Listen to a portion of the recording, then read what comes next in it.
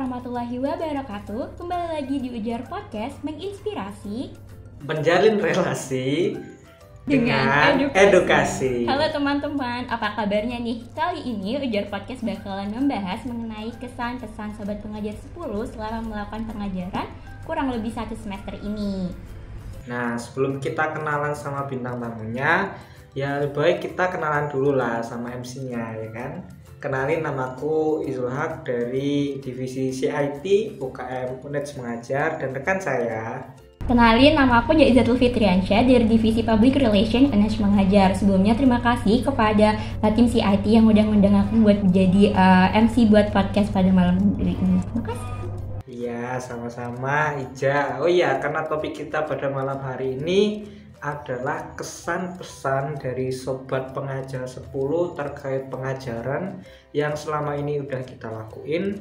Berarti bintang tamunya ini nggak bakal jauh-jauh deh hubungannya sama sobat pengajar 10. Iya, bener banget nih Kak. Hari ini kita kedatangan 6 perwakilan sobat pengajar yang pastinya hebat-hebat dan dari setiap SD binaan. Nah, gimana kalau kita langsung aja nih memperkenalkan mereka?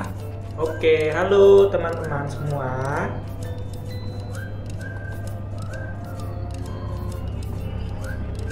Halo, cerah-cerah semua ya mukanya. Meskipun memang sudah masuki minggu-minggu UAS ya. Apa, kita tetap semangat aja ya. Boleh nih Kak, memperkenalkan diri. Boleh dari, aku tunjuk ya, boleh dari Muta'alim dulu deh. Kenalin, aku Amanda, perwakilan dari MI Baitul Muta'alim. Oke, selanjutnya mungkin dari SDI Miftahul Ulum Mayang. Miftahul Ulum, bukan Mayang. Oke. Ya, makasih. Halo teman-teman semuanya, kenalin aku Nida Alfi, sobat pengajar 10 dari SDI Miftahul Ulum. Salam kenal semuanya. Ya, salam kenal Nida. Selanjutnya boleh dari Bintara deh, boleh. Halo semuanya, perkenalkan nama aku Rafil Amelia Balkis, sobat pengajar 10 dari perwakilan dari SD Bintaro 5. Halo Raf. Oke, selanjutnya kita ke anaknya Mbak Jaizatul nih, ada dari SDN Kelungkung 2. Oke, baik, sebelumnya aku sapa dulu semuanya ya. Halo, apa kabar? Halo, baik. Oke, alhamdulillah baik. Hati aja yang kurang baik. Perkenalkan, aku Fadina Maulaya, perwakilan dari Sobat Pengajar 10 dari SDN 2 Kelungkung. Halo, Fadina. Ya, selanjutnya boleh gantian ya dari anaknya Kak Izul, dari MI Darul Ulum Mayang, boleh deh. Halo semuanya, sebelumnya perkenalkan nama aku Agus Dwi Mulniadi dari perwakilan MI Darul Ulum Mayang. Salam kenal semua. Oke, salam kenal Agus, ini kumisnya gemes ya. Oke, mungkin selanjutnya lanjut ke apa ini, MIT Ar-Rahman. Dan ya, silahkan perkenalan. Iya, halo semuanya. Perkenalkan, nama saya Cindy Dwi Cahyaningtyas. Saya perwakilan dari SD Binaan MI Terpadu Ar-Rahman Bangeran. Salam kenal semuanya. Oke, salam kenal Kak Cindy. Nah, kan kita udah kenalan nih satu sama lain. Sebelum kita tanya kesan pesan kalian, mungkin kita cari tahu dulu gimana sih kondisi dari SD binaan yang udah kalian tempati. Mungkin bisa mulai dari Muta'alim dulu deh. Gimana, bisa diceritain nggak kondisinya seperti apa? Di sini aku ingin cerita juga gimana sih kondisi dari MI Baitul Muta'alim. Yang pertama dari aku dan teman-temanku ngajar, pertama itu kondisi dari perjalanannya kita itu sangat-sangat jauh dari kata sempurna ya. Dan emang sekolah ini tuh jauh dari perkotaan, sehingga jalanannya itu juga masih bergeronjal, masih berbatu, terus masih tanah dan nggak beraspal.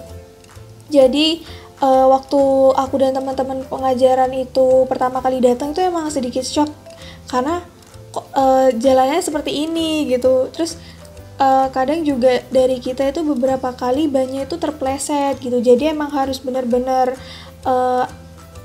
seken gitu kalau nyetir ya. Terus juga untuk dari sekolahnya sendiri kondisinya itu sekolahnya itu tidak ada keramik atau lantainya tuh nggak berkeramik, jadi masih pure tanah gitu ya. Terus juga untuk kalau sekolahnya sendiri di dalam kelasnya itu banyak sekali debunya ya, karena di depan itu masih bertanah banget. Terus juga adik-adiknya masuk kelas itu tanpa menggunakan alas kaki, dan juga mereka berangkat ke sekolah itu ada yang cekeran atau tanpa alas kaki, ada juga yang masih sandalan, jadi nggak ada yang bersepatu. Dan masuk ke kelasnya itu karena harus cekeran atau melepas alas kaki, jadi kelasnya itu juga kotor. Terus juga kondisi sekolahnya itu listrik itu nggak ada di sekolah Muta'alim gitu. Jadi emang agak susah bagi kita yang ingin mau nge-charger HP ataupun laptop gitu. Terus juga untuk dari sekolahnya sendiri itu jendela kacanya itu nggak ada kacanya, jadi cuman jendela kosong, jendela tapi tanpa kaca, jadi langsung pure melihat pemandangan luar gitu. Jadi emang sangat jauh dari kata ini sih sempurna, dan emang berkekurangan sekali gitu. Tapi waktu hari ini tadi pagi saya sama Dina dan juga direkturnya kita Mas Bas itu kan memberi donasi berupa peralatan alat tulis sekolah. Nah itu tadi sebagian jalannya juga alhamdulillah udah diaspal, jadi udah tersentuh oleh pemerintah juga. Jadi jalanan yang tadinya bergeronjal banget itu udah mulai berkurang dan udah diaspal. Tapi memang ada beberapa bagian yang masih belum keaspal gitu, karena mungkin dirasa ini jalannya masih bisa dilewati oleh orang-orang gitu, gak sebegitu parah seperti jalanan yang lainnya gitu. Ya itu aja sih dari Muta'alim, Mas.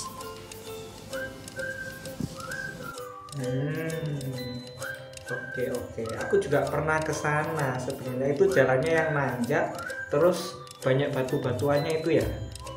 Oke, itu sering terjadi tragedi emang. Lalu gitu. Iya kan, Iza yang dorong dari belakang. Oke.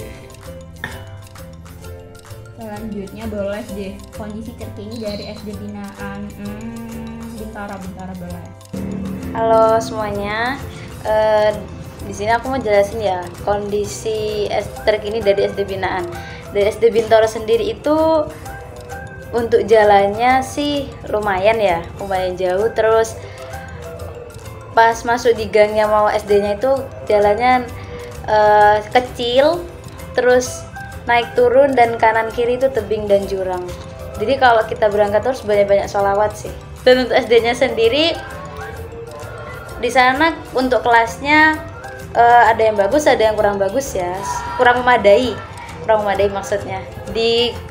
Untuk kelas yang depan udah lumayan dari kelasnya dan mejanya itu juga udah bagus. Nah tapi untuk kelas yang belakang itu mereka untuk kelas belakang kelasnya kayak fasilitas catnya itu kurang bagus, terus kursi dan lemari juga rusak, kurangnya pencahayaan juga sih.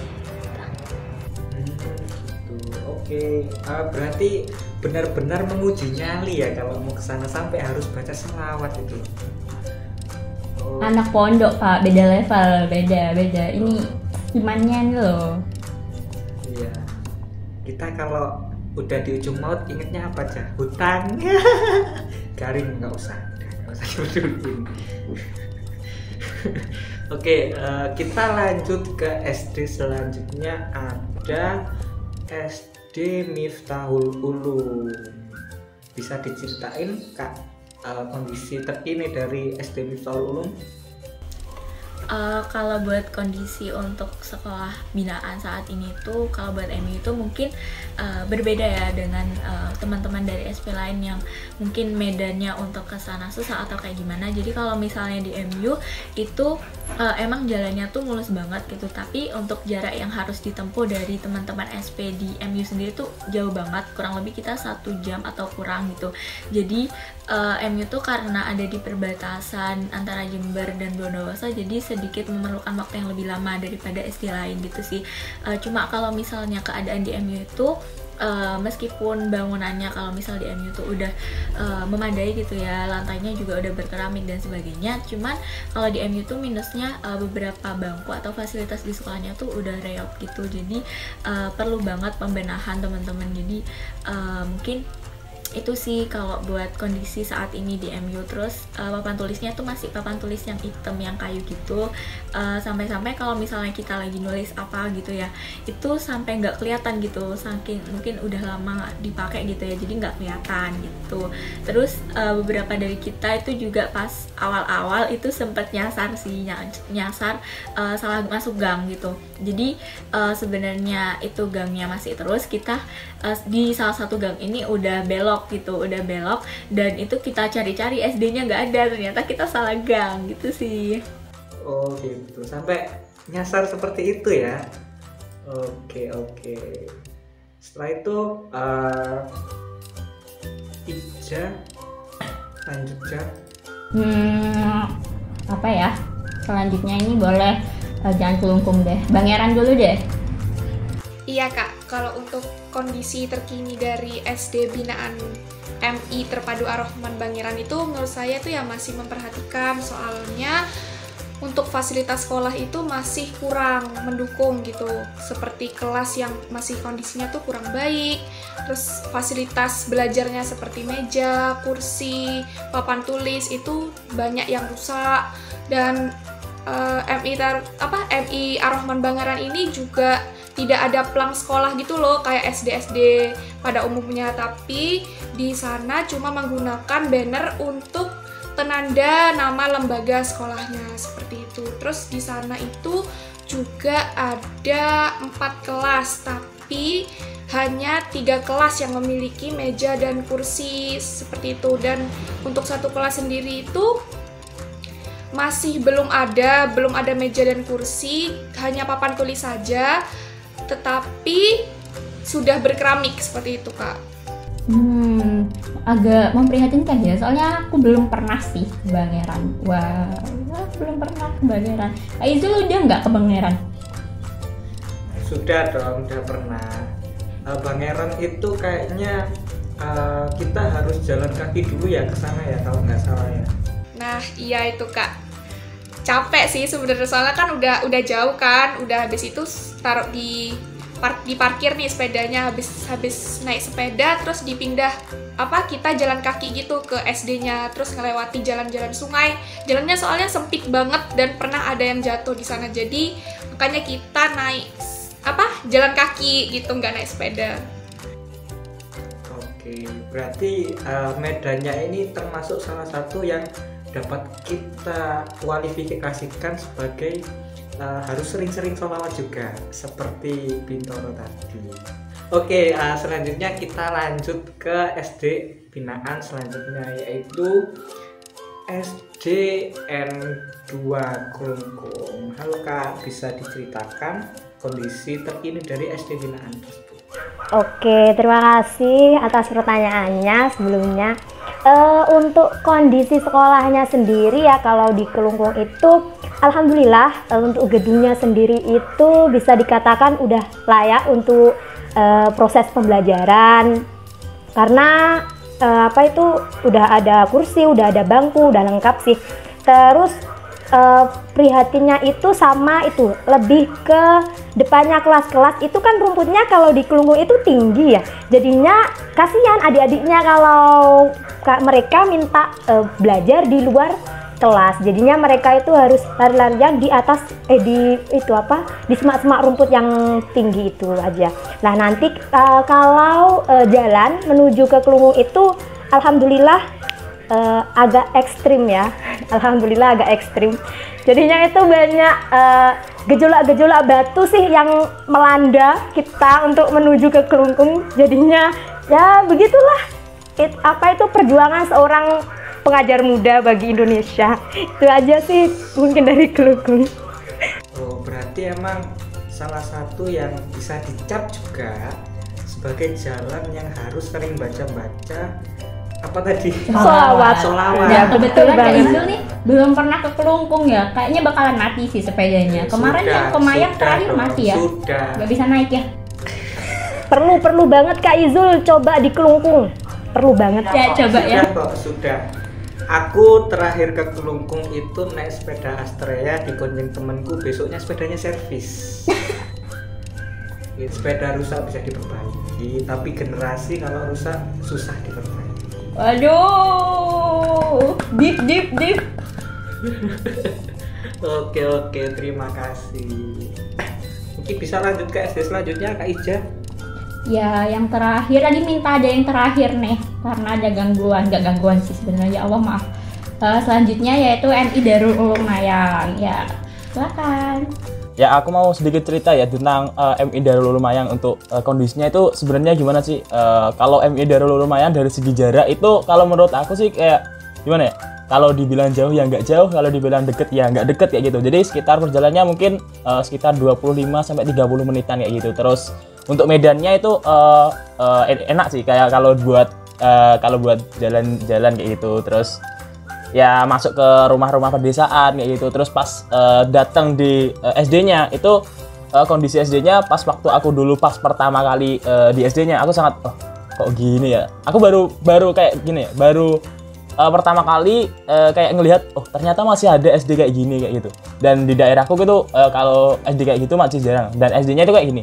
Jadi ternyata di dalam satu SD itu cuma ada 3 kelas kayak gitu. Jadi 3 kelas, dan itu pun satu kelas itu jadi di satu kelas kelas 1 2 itu jadi satu kelas, terus 3 4 terus 5 6. Nah, aku pas waktu pertama kali ke sana itu kayak bingung gimana sih terus gimana sistem ngajarnya, kan setiap materi juga beda kayak gitu. Dan pas masuk ke dalam SD-nya juga ternyata dari anak-anaknya kalau dari misal kalau sekolah biasanya kan pakai seragam gitu kan. Nah, di sana itu kayak ada beberapa anak yang masih nggak pakai seragam kayak gitu. Terus dari kondisinya juga dari meja dari itu masih kurang layak kayak gitu. Dan untungnya pas akhir-akhir ini itu ada pembangunan kayak satu kelas lagi kayak gitu. Jadi sudah ada 4 kelas, mungkin karena itu satu kelasnya itu buat kayaknya buat kelas 6. Jadi kayak biar lebih fokus lagi untuk belajarnya, sama untuk udah ada upgrade jadi dari papan tulisnya yang dulu pakai kapur tulis sekarang itu udah pakai spidol kayak gitu sih. Kalau dari MI Darul Ulum Mayang. Alhamdulillah ya ada perkembangan, dan itu sebagian sih dari ini sih. Oh ya, kemarin tuh dari Mayang sendiri tuh kemarin itu dapat donasi dari pusat, dari forum pusat. Nah, kalau yang kemarin lagi itu Muta'alim yang dapat gantian sumbangan dari ISF. Jadi ya terima kasih kepada yang menyumbang. Terima kasih. Kayaknya aku lihat dari foto-fotonya, dan aku pernah ke sana. Aku juga pernah kok. Emang itu temboknya masih bata gitu ya, belum di semen gitu ya. Ya, jadi bener banget kata Mas Izul tadi. Jadi untuk temboknya itu masih kayak ya itu ya masih batu bata kayak gitu, dan untuk jendelanya masih bolong-bolong juga, teman. Jadi itu yang unik dari sana. Jadi ada yang biasanya ngajar terus tiba-tiba keluar lewat jendela terus masuk lewat ke jendela. Karena anak-anaknya ya sangat bervariasi kayak gitu sih. Oke, terima kasih Mas Agus. Bisa. Nah, yang seperti yang dimention barusan, karena karakteristik anak-anaknya tuh pasti beragam gitu ya. Karakteristik siswa yang gimana sih yang menurut kalian tuh kayak, ini ngeselin sih, tapi kayaknya perlu disabarin kayak gitu. Kayak karakteristik siswa yang paling unik yang kayak gimana yang pernah kalian temuin deh di selama pengajaran. Aku mau nunjuk Miftahul Ulum dulu deh. Oke, mungkin untuk karakteristik dari siswa di MI sendiri itu mungkin 11-12 sama adik-adik yang di Mayang. Soalnya kalau kita lagi ngajar itu butuh effort yang lebih gitu. Jadi harus lebih sabar, harus lebih ngerti gimana suasananya si adik-adik ini gitu. Jadi biar mereka nggak jenuh atau mungkin mereka biar nggak keluar kelas gitu. Soalnya kalau misalnya si adik-adik ini kan hiperaktif, jadi mereka tuh kayak cari perhatian gitu kalau misalnya kita lagi ngajar, entah itu dengan keluar kelas atau mungkin rame di kelas dan sebagainya. Jadi kita harus pinter-pinter ngatur emosi sih. Cuman kalau misalnya lagi free gitu, abis pengajaran selesai, itu mereka tuh balik lagi ke adik-adik pada umumnya, anak kecil pada umumnya. Jadi suka diajak cerita, terus kadang-kadang juga kalau misalnya kita lagi free itu suka ditempel-tempelin gitu, dipeluk-peluk gitu sih. Lucunya mereka tuh di situ gitu. Mungkin selanjutnya lanjut ke kondisi karakteristik siswa dari Kelungkung. Dari tadi Kelungkung kayaknya di belakang, sekarang tak taruh di depan aja. Oke, terima kasih Kak Izul. Untuk karakteristik siswanya sendiri sih di Kelungkung mungkin bisa dikatakan lebih bisa diatur daripada kayak siswa di Mayang sih. Kan kalau siswa di Mayang itu cerita-cerita dari para SP kan itu agak gimana gitu ya. Kalau di Kelungkung itu alhamdulillah masih bisa diatur dengan baik. Untuk siswa-siswanya itu kan ada bukannya gimana ya? Bukan aktif berarti bukannya mereka pasif sih. Hanya mereka aktif itu waktu kita ngajar gitu, seumpama di depan kelas, yaitu mereka seumpama kita tunjuk mereka, ayo adik-adik siapa nih yang mau maju. Nah mereka itu duluan nih maju untuk ke depan, padahal waktu mungkin ya untuk misal baca doa. Nah itu mereka sering sekali berebut untuk maju untuk apa itu memimpin doa. Jadinya itu mereka berebut-rebut. Nah untuk pembelajaran sendiri, kalau karakteristik mereka itu kalau mereka maju, kalau yang kecil-kecil yang kayak Ima, kayak L gitu, itu mereka apa itu maju tapi nggak tahu tujuan mereka itu maju apa. Pokoknya aku maju ya kak, aku maju aja gitu sih. Jadi mereka kayak ya adik-adik ini ya Allah lucu banget gitu sih kalau menurut aku. Oh gitu, oke. Berarti ini mereka hyperaktifnya lebih ke akademik ya, atau ke pembelajaran? Iya betul. Oh seperti itu, sampai gemes gitu ya? Gemes banget. Oke, berarti di Kelungkung ini siswanya, dari yang tak tangkap tadi ya, siswanya itu gampang diatur sama aktif di kelas gitu. Ya betul. Oke, enak ya, seperti mengayomi adik sendiri. Oke. Gampang diatur, habis itu kalau misalkan suruh diem semua. Oh iya. Iya, enak ya, enak. Gak ada yang keluar dari jendela kak. Oh iya. Tapi nggak apa-apa kan, semua anak tuh Spesial, unik ya. semua anak spesial, begitu. Ya punya karakteristik sendiri-sendiri. Betul. Benar. Minus Berarti jalannya aja, iya benar, minus cuma jalannya di jalan aja. itu ya. Agak bergelombang Oke, ya, oke. berbatu. Bisa dilanjut Ija? Selanjutnya aku mau dengar dari, karena aku belum pernah ke Bintoro, boleh deh Bintoro. Kalau di Bintoro sendiri itu setiap pengajaran kita tuh kenapa ya kita sampai heran, setiap pengajaran itu kita selalu sulit buat bikin anak-anak tuh diem. Itu kalau kita cuma bawain materi aja, kita biasanya cuma bawain materi selama baru kita bawain materi selama 10 menitan, mereka udah kayak rame terus bilang, "Kak, ayo Kak ke sungai, Kak, ayo pulang." Itu belum jam 10 udah ngajak pulang loh. Itu sih kita yang bikin paling susah dari awal pengajaran sampai selesai itu, mereka itu sulit untuk diam. Jadi kalau materinya sangat menurut mereka membosankan, itu mereka kayak pengen cepet-cepet pulang atau ke sungai. Itu udah pilihannya si duaan. Terus caranya kita buat biar mereka nggak pengen pulang ataupun ke sungai, kita tuh kayak cepet-cepet, kan setiap pengajaran pasti buat media sih. Nah jadi kita kayak nunjukin, ayo kita nanti main ini loh, kita ada game ini loh, kayak gitu-gitu. Jadi kayak narik perhatiannya adik-adiknya tuh kita pakai game atau media yang mau kita bawain itu udah. Oh gitu, berarti ini aktif aktifnya ya seperti itu dah. Emang kebiasaan ya anak-anak SD binaan Ujar itu biasanya kalau nggak main sungai. Emangnya di situ sungainya jauh atau dekat? Kalau menurut aku sih deket Kak. Tapi itu jalannya itu lumayan bahaya sih. Oh gitu. Oke, thank you buat Mbak Rafil. Kita lanjut ke SD selanjutnya. Kita lanjut ke SD Muta'alim.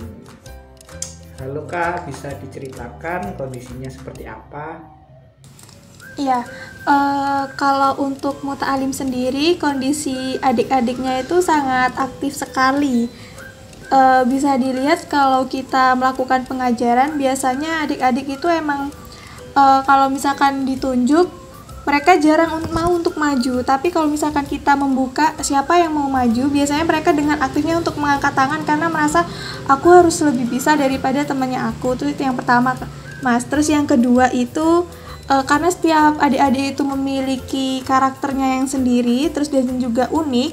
Ada juga adik-adiknya itu yang sifatnya nakal, tapi dia kreatif gitu, pinter dan cerdas. Jadi selama pengajaran mungkin terlihat tidak mendengarkan, tetapi di beberapa bagian dia lebih cepat nangkep ketika dilemparkan sebuah pertanyaan gitu. Jadi ternyata dia itu tadi dengerin gitu dengan sikapnya dia yang main atau kayak gimana gitu. Ada juga yang memang dasarnya adik-adiknya itu dieman, jadi ditanya diem, terus habis gitu selama pengajaran juga diem gitu. Jadi emang benar-benar unik semua sih. Terus juga caranya aku dan teman-teman selama pengajaran di Muta'alim itu mencoba mengembangkan ice breaking sama game, karena adik-adiknya itu emang sangat suka bermain gitu, hiperaktif semua. Dan kalau misalkan kita lagi jam istirahat, biasanya itu menarik perhatiannya kita ke adik-adiknya itu ngajak bermain tapi sambil tanya jawab gitu. Misalkan kita diem di ayunan, main ayunan sama adik-adiknya, nanti kita memberikan pertanyaan adik-adiknya mengenai materi yang udah disampaikan tadi sebelum kita istirahat. Jadi secara tidak langsung itu cara kita untuk mengajar ke adik-adiknya. Karena kebetulan memang adik-adik Muta'alim ini enak, tetapi emang itu tadi ya, anak kecil tetaplah anak kecil, mereka juga tetap suka main, rame, dan mencari perhatian terutama kepada kakak-kakaknya gitu. Oh gitu. Agak hiperaktif ya, sampai katanya ada yang kesurupan. Iya, pura-pura ya tapi. Iya, bener banget. Itu kalau misalkan di SD Muta'alim jam 10 belum pulang, itu biasanya adik-adiknya udah rewel karena memang jam pulangnya itu jam 10 kalau di Muta'alim. Jadi jam setengah 10 itu emang udah ada yang cari perhatiannya itu dengan cara dia itu loncat-loncat, terus naik-naik di atas jendela, sama itu jadi jaranan gitu, kayak kesurupan-kesurupan gitu. Anak kecil banget sih. Oh itu anak kecil banget. Iya. Oh gitu. Oke, berarti emang generasi udah berubah ya. Iya, generasi sudah berubah. Oke. Aku pernah ke sana kayaknya. Sekarang emang anak-anaknya itu hiperaktif banget, emang sering main dan lain sebagainya. Bahkan pada saat pengajaran aku pernah diseret sama anak di sana. Aku juga. Aku bawa Diseret kutek. gimana? Kutekku dihabisin, digambar-gambarin ke tangan. Emang di sana itu jauh dari toko gitu, Mbak. Jadi kalau misalkan mereka menemukan sesuatu yang baru, itu emang kayak ini kesempatannya aku nih gitu. Gitu juga waktu kita memberikan materi mengenai menjaga kebersihan ya, menggunakan hand sanitizer, itu mereka sering minta gitu. Kadang dihabisin atau mau dibawa pulang gitu karena emang di sana nggak ada.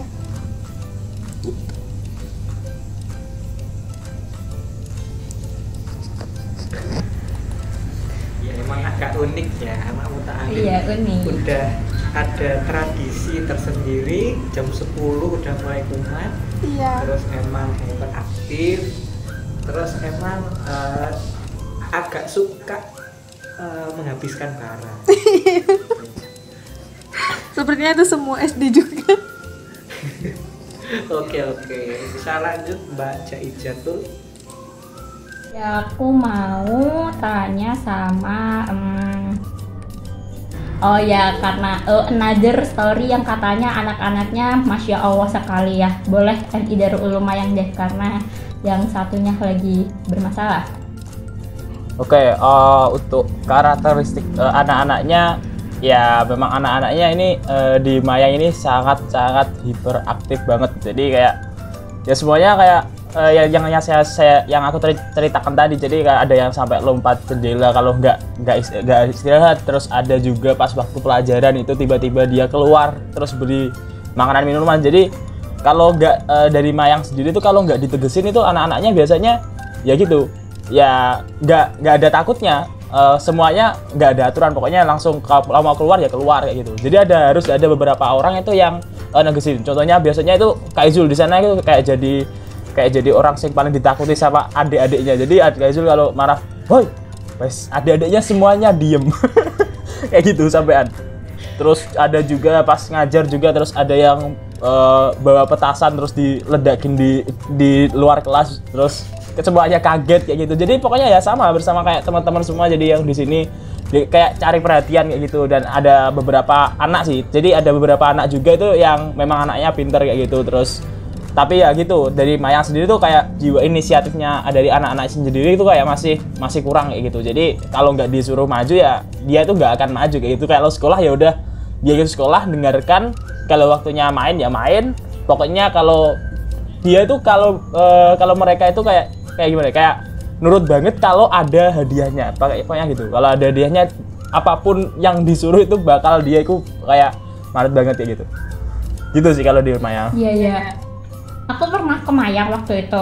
Cuman waktu itu di belakangku di pojok ada anaknya tuh kayak bandel gitu, pengen pulang, tapi dia tuh jawab semua pertanyaan tuh bener, tapi males, tapi pinter gitu. Kayak ya ampun kamu tuh gitu. Sebel banget. Nah itu juga itu yang unik dari Mayang itu ada yang pintar juga kayak gitu tapi diam-diam pintar. Terus ada juga aku baru inget gini, ini di Mayang itu ada satu anak itu pacaran sama satu temennya lagi. Jadi anak SD sekarang udah pacaran ya, sangat keren. Dan itu ya gitu malu-malu kucing kayak gitu kalau dideket-deketin.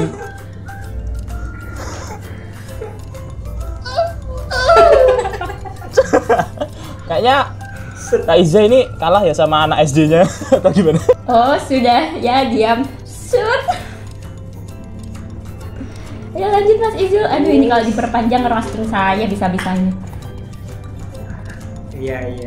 Ya emang berarti kalau di Mayang ini kesimpulannya itu para sobat pengajar 10 yang kesana selain jadi relawan mengajar, mereka juga harus siap jadi satgas seperti itu. Harus siap menegaskan, memang agak susah dan juga agak keras dan alot memang itu.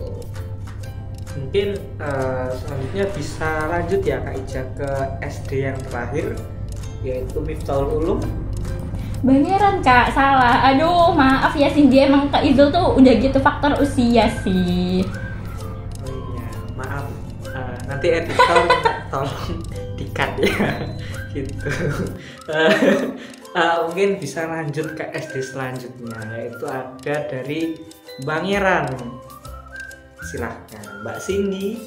Karakteristik siswanya ya Kak ya, karakteristik siswa di Bangeran itu tuh ada 2 golongan Kak. Widih, kayak pilkada aja ini ya Kak ya. Ada 2 golongan, yang pertama itu aktif dan yang kedua itu pasif. Nah, 2 golongan ini tuh nggak bisa kalau disatuin, soalnya kalau udah disatuin pasti berantem gitu loh, tukaran. Nggak tahu ya kenapa mereka tuh kalau udah gabung aja semua kelas besar gitu nggak bisa. Terus kalau yang Cindy maksud itu aktif di sini tuh bukan aktif yang terlalu hyper gitu loh, tapi aktif yang dalam artian sewajarnya buat anak SD lain gitulah. Ya kayak main ngobrol sama temennya di kelas, main di kelas gitu. Tapi juga sering sih kayak lari-larian di depan kelas, di depan kakak-kakaknya gitu. Menurut saya sih itu cuma sebagian dari cari perhatian aja sih ke kakak-kakaknya gitu. Kalau yang pasif sendiri tuh bukan pasif gimana ya, tapi pasifnya ini mereka tuh kayak ada maunya gitu loh Kak. Jadi mereka itu nggak mau dengerin kita kalau dia nggak mau dituruti sama kita gitu. Misal mereka itu ngajak kakak-kakaknya itu, ayo Kak main ke sungai ya, ntar lagi pulang sekolah gitu. Ya sama dah kayak Bintoro gitu, SD Bintoro gitu. Mereka itu sering banget ngajak ke sungai setiap habis pulang sekolah gitu. Jadi sebelum kita jawab iya buat berangkat ke sungai, mereka tuh nggak bakal dengerin kita. Kalau adik-adiknya udah bilang, Kak nanti ke sungai ya, iya dek. Nah itu baru mereka mau mendengarkan kita, mau dengerin kita kalau pas ngajar gitu. Jadi menurut Cindy sendiri itu adik-adiknya sebenarnya punya semangat belajar itu yang tinggi, cuma ya gitu, cuma pingin dituruti dulu gitu Kak.